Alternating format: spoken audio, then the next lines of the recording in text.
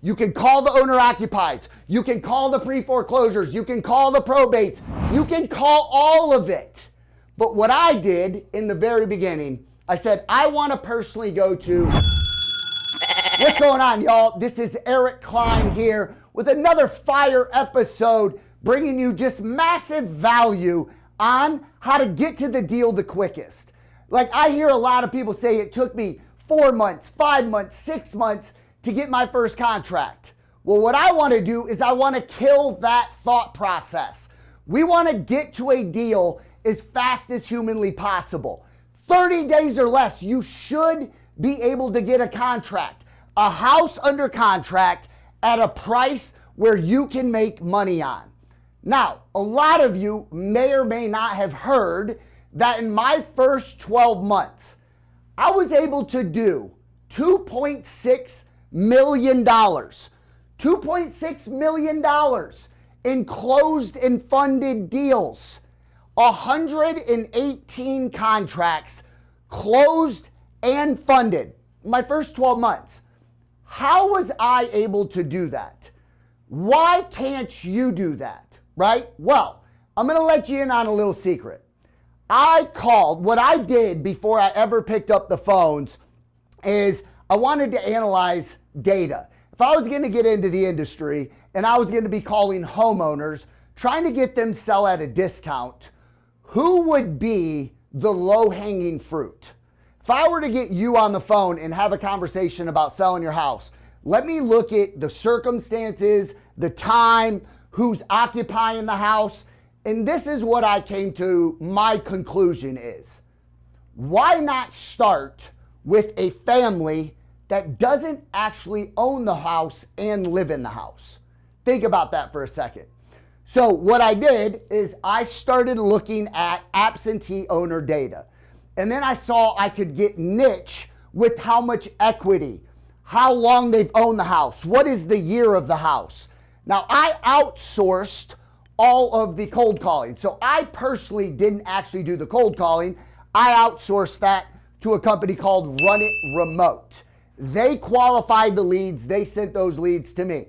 But I want to get into my reasoning behind this, because a lot of people were asking me, they're like, but Eric, people that are landlords, they're more sophisticated. Like, they understand what they have. Why would they sell it to you at a discount? Well, I didn't think that way. I thought getting into the actual data, and let's talk about that for a second. So, grab a pen and paper real quick, and I want you to jot down some of the data criteria that I use to pull data. Now, absentee owner data, what does that actually mean? The homeowner that owns that house, the tax records go to another address, meaning they don't actually live in that house. It may be a rental property. They may have inherited it. It might just be a vacant home sitting there with nobody in it. So you want to pull absentee owner data, right? Somebody that owns a house that does not live in it. Then to get even more niche, you can pull how much equity, meaning if somebody owns a house for $100,000 and they've owned it for years, and maybe they have $30 or $40 or $50,000 equity, meaning if you pay them $100,000 for the property at closing, they're going to get that $30, $40, or $50,000. So they're actually going to walk away with some money. I'm like, all right, let's get people to where no matter what the deal is, whatever percentage I can buy it at, they're going to walk with some money at closing. So they're more motivated to actually do a deal with me, right? So I'm going to go 30, right here, 30 to 100% equity. You want to do absentee owner data, 30 to 100% equity. On top of the equity, I want to do 5+ or more years of ownership.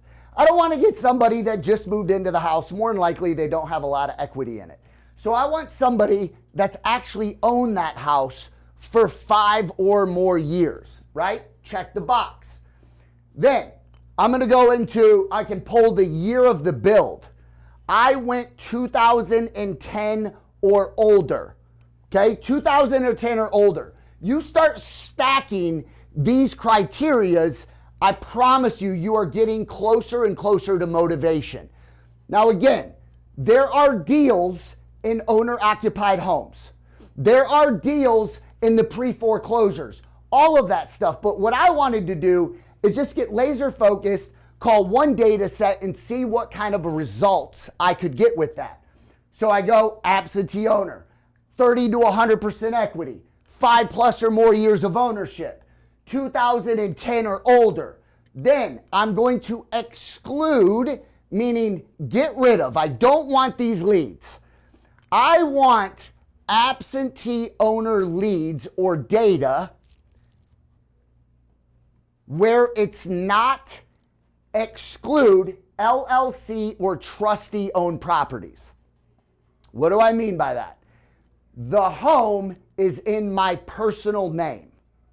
Now, I want you to think about this for a second, because going back to people saying, well, Eric, if someone's a landlord, they're more sophisticated and they know like what the market is or how much they should get for the house. I think completely different. I look at somebody that has a property in their personal name, and it's a rental property. They're actually an inexperienced landlord. Why is that?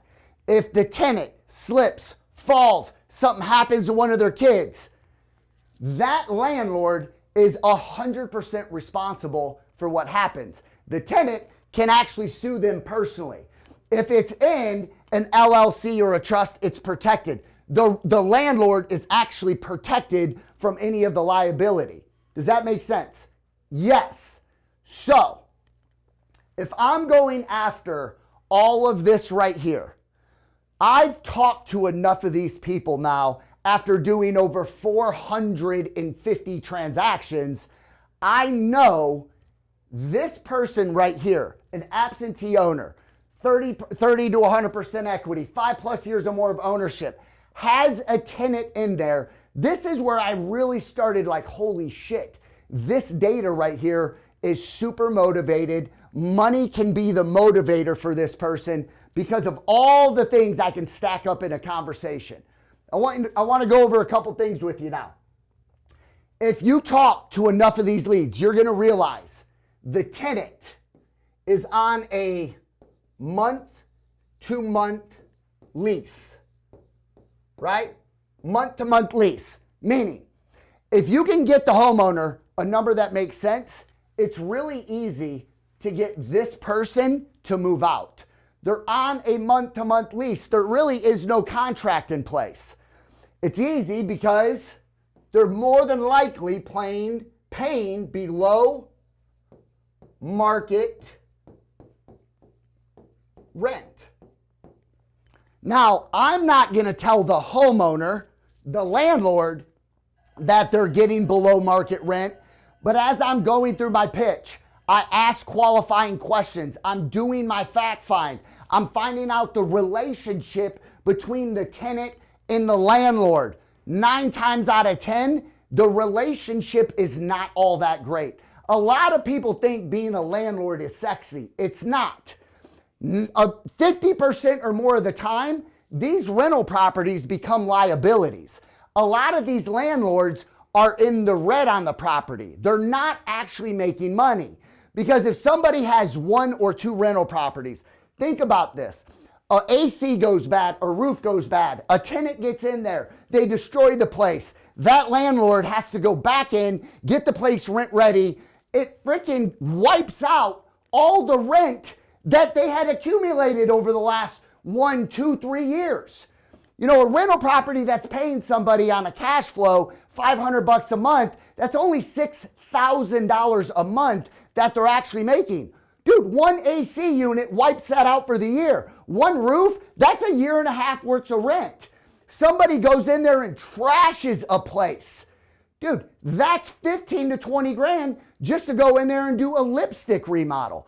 So a lot of landlords, they're not cash flowing on these properties. So I want to talk to as many of those as humanly possible. And when I can do the math at the end with them, let's just say I offer somebody $100,000 for their home. It's worth $150,000, right? And I'm trying to offer them between $100,000, let's even say $75,000. The math is super simple. Hold on. The math is super simple. Let's say somebody right now, and I love doing this live on the call with the homeowner, because a lot of times they don't even understand the situation they're in. They've never sat down and broke down the math. Like, their investment that they purchased has now turned into a liability, meaning it's not making them money, it's actually costing them money. So here's the scenario. Let's say somebody is paying $500 in rent. Okay? This is the number we're going to offer somebody. And this is all just real quick. That way I can shoot this for you. I can come up with some numbers. Whatever the number is on your deal, obviously you have to adjust those. So $500 a month for rent times 12, right? That's $6,000. Let's say as you're going through your pitch with the homeowner, they're 70, again, I'm going to make up some numbers. They're 72 years old, right? 72 years old, and a landlord, probably managing it himself. No management company. So at 72 years old, he's the one fixing the toilets, fixing the plumbing, the calls at midnight. They're not going to tell you all of this. But if we know whatever age they are, and you ask the question, so do you have a management company helping you with this? They say no. Boom. Immediately I know. Their life is freaking their schedule is completely open for this tenant. Whenever that tenant calls, whenever that tenant texts, they have to answer the calls, or they're going to get a disgruntled tenant that's going to destroy their property. So I know that. He doesn't know I know that, but I'm already building the motivation.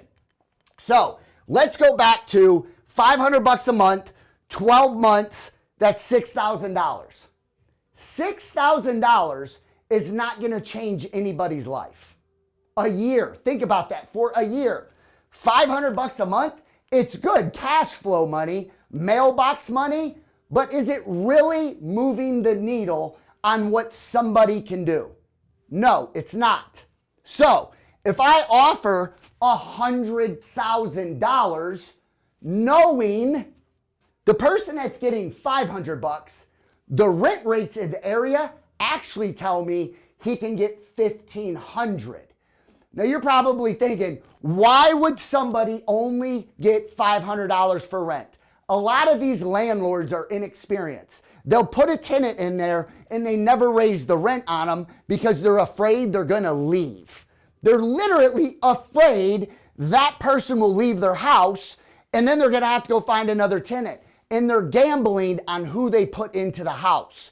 So if you get somebody that's paying $500 a month, 12 months, that's $6,000. Now, you know the roof is 18 years old. You know the AC at some point is going to have to be replaced.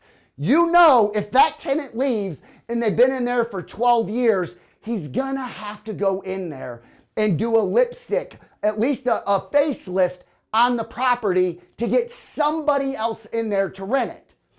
Let's say he rejects your offer of $100,000 and you've done everything. You've asked the right questions. You brought him through a 5-step sales process. You know everything, the relationship between him and the tenant, how long him and his wife have been thinking about selling. You know he's 72 years old, self-managing a rental property. You know so much. You make the offer and he goes, you know what? I know my house is worth $150,000. I know the house is worth $150,000. I want more than $100,000. Rather than just move up on your price, what you can do is you can say, hey, Mr. Homeowner, I completely understand you're looking for more than $100,000. And if I were in your shoes, I'd want as much as I could get out of the home. This is what I want to do. I want to put a couple things into perspective for you because my job is to make sure, one, you never have to take another one of these phone calls. Two, when you make a deal, it goes to the closing table and you get the money that you were looking for. So let's talk about a couple things that we've discussed on this call. I hate bringing your age up, but you said you were 72 years old self-managing this property. I know you've had this thing for 15 years because I asked that question. I didn't say that to him, but I'm thinking it. You've had this for 15 years. You've had a tenant in there for 8 years paying you $500 a month. The roof, it's 18 years old. The AC, at some point that's going to go out and the roof is going to have to be replaced. Let me ask you a question, Mr. Homeowner.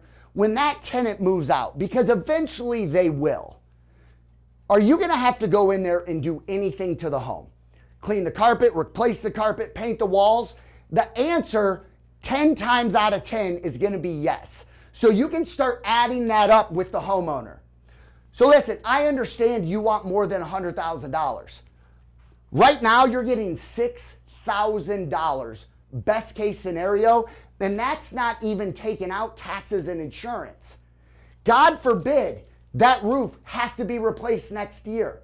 God forbid the AC goes out 3 weeks from now, because you and I both know that's the reality of it. It's not a matter of when, it's not a matter of if, it's when. Excuse me. It's not a matter of if, it's when it's going to happen. So knowing all of that, I understand you want $100,000. Right now, I know you want more than $100,000. I'm getting my numbers all mixed up right now. I know you want more than $100,000. Right now, the reality is every year you're getting $6,000. Then I'm going to ask him to break out a pen and paper. I'm going to have him write down whatever number he wants. I'm going to have him write it down. Circle the number. I'm going to ask him, how much do you think it's going to cost to repair the roof? I ask him, write that number down, circle it. If you had to replace the AC, how much do you think it would cost? He's going to say a number, write that down, circle it. And then this is what I'm going to do. I'm going to ask him, do you mind if I just personally go over a couple numbers with you? More than likely, they're going to say yes. So this is what I'm going to do. I'm going to say right now, given the condition of the home, we are offering you as is, meaning you don't have to do anything to this house. That's your number for a roof. That's your number for an AC. I didn't say it, you did. Eventually, you will have to pay that. But let's look at your current situation.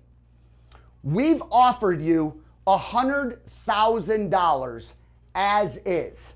Write that number down, please. And I want you to put a star next to it. All I'm doing is having him get engaged with the conversation, writing numbers down so it's real for him.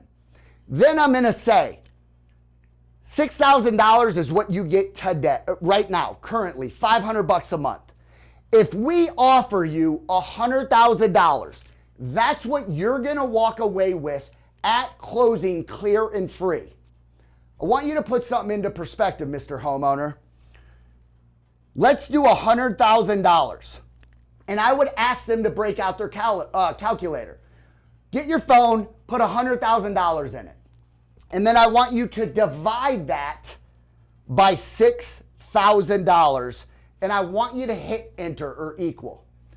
The number that's going to pop up,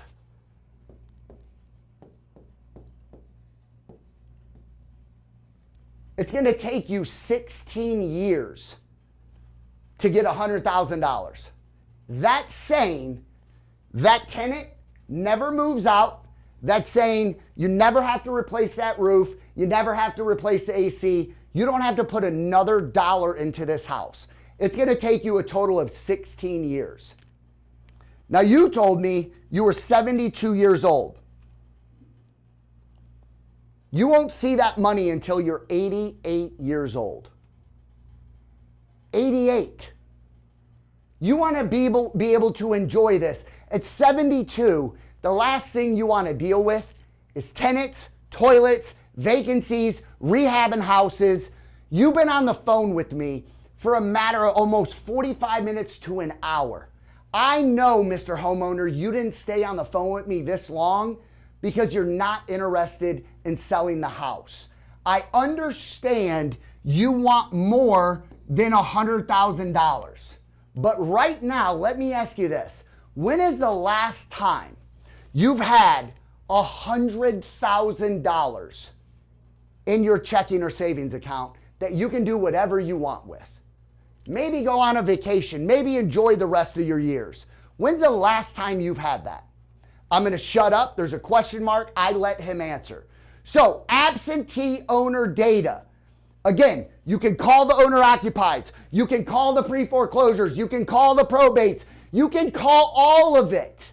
But what I did in the very beginning, I said, I want to personally go to who I think I can get out of a house the fastest. And that's a tenant on a month-to-month lease, paying under market rent, more than likely with a bad relationship with a 72-year-old man, right?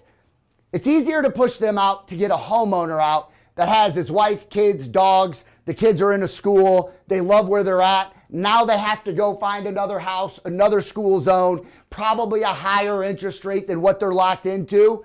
So if you're wondering, what data should you call if you're getting started in wholesaling? My advice to you would be going straight to the absentee owner. Here's going to be the criteria that we went over. Absentee owner, 30 to 100% equity, 5+ years or more of ownership, do 2010 or older on the build, and then you want to exclude LLC and trustee-owned properties.